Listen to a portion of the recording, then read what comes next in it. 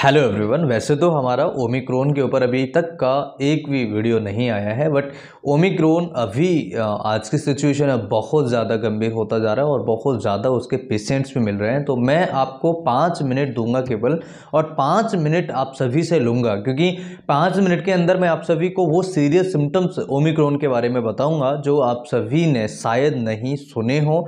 आप सभी ने अभी तक ओमिक्रॉन के जो सिम्टम्स सुने हैं वो बहुत ही कॉमन सिम्टम्स हैं, बट मैं आपको इस वीडियो में डराने की कोशिश बिल्कुल भी नहीं कर रहा हूं। आपको कुछ भी बिल्कुल भी डरने की ज़रूरत नहीं है। केवल और केवल 5 ऐसे सिम्टम्स हैं जो हमें समझना चाहिए, जिसकी अगर हमें जानकारी होती है तो आगे हम आसान तरीके से ट्रीटमेंट ले सकते हैं और आसान तरीके से हम इस बीमारी को हरा सकते हैं। तो सबसे पहले अगर हम बात करें तो देखिए, अगर किसी को ओमिक्रॉन का प्रॉब्लम होता है तो ये ओमिक्रॉन 24 नवंबर को, यानी कि 24 नवंबर को 2021 में ये साउथ अफ्रीका के अंदर देखा गया था, और ये कोरोना वायरस ही है, लेकिन इसका वेरिएंट अलग है। कोरोना वायरस का जो वेरिएंट होते हैं, पहले कई सारे ओल्ड वेरिएंट थे, अदर वेरिएंट आए, लेकिन अभी जो वेरिएंट है ये V11529 है, जो एक अलग वेरिएंट है और इसका नाम ओमिक्रॉन रखा गया है। तो इसके जो सिम्टम्स होते हैं वो थोड़े से अलग हैं,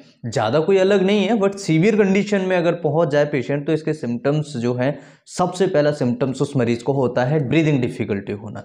ब्रीदिंग डिफ़िकल्टी यानी कि सांस लेने में तकलीफ होना, जो कि कोरोना का, जो पिछले साल जो कोरोना चल रहा था उसका भी सिम्टम्स था, और अभी भी जो प्रॉब्लम चल रही है उसका भी सिम्टम्स है कि पेशेंट को बहुत ज़्यादा सांस लेने में तकलीफ होना।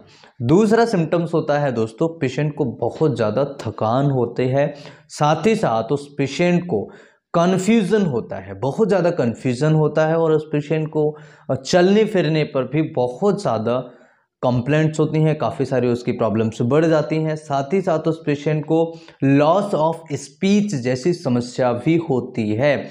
जो ओमिक्रॉन का सिम्टम्स है वो लॉस ऑफ स्पीच में भी है, जबकि कोविड का जो पहले ओल्ड कोविड का जो पेशेंट था उसमें लॉस ऑफ स्पीच का जो सिम्टम्स था वो कई पेशेंट्स में, मतलब कि 100 में से 1-2 पेशेंट्स में मिल रहा था, लेकिन यहाँ पर लॉस ऑफ स्पीच काफ़ी सारे पेशेंट्स में देखने को मिल रही है। साथ ही साथ इन पेशेंट्स में कन्फ्यूज़न भी बहुत ज़्यादा देखने को मिल रहा है। साथ ही साथ इन पेशेंट्स में जो सीरियस कंडीशन उनमें ब्रीदिंग डिफ़िकल्टी बहुत ज़्यादा देखने को मिल रही है। और अगर हम बात करें कॉमन सिम्टम्स के बारे में, तो देखिए कॉमन सिम्टम्स अगर आप जानेंगे तो मुझे लगता है कि आपको हंसी आएगी। और कॉमन सिम्टम्स काफ़ी सारे बीमारियों में हमें मिलते जुलते हैं, तो इससे आपको डरने की ज़रूरत नहीं है, लेकिन आपको सावधानी बरतने की पूरी ज़रूरत है। कैसे?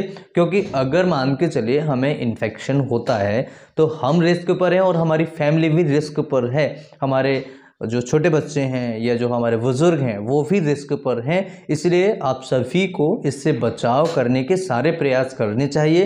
ये बीमारी भले ही काफ़ी सारी ऐसी प्रॉब्लम्स हैं जो कॉमन सिम्टम्स हैं और पेशेंट इतना ज़्यादा सीरियस नहीं हो रहा है, बट फिर भी हमें डरने की कोई ज़रूरत नहीं है, लेकिन सावधानी बरतने की पूरी ज़रूरत है। तो जो कॉमन सिम्टम्स है वो कौन से हैं? देखिए, जुकाम खांसी होना, गले में खराश होना, सॉर थ्रोट होना जो कि पहले भी था, फीवर होना, हाँ, सिर में दर्द होना, कई बार पेशेंट को दस्त लग जाते हैं, बहुत ज़्यादा थकान होती है।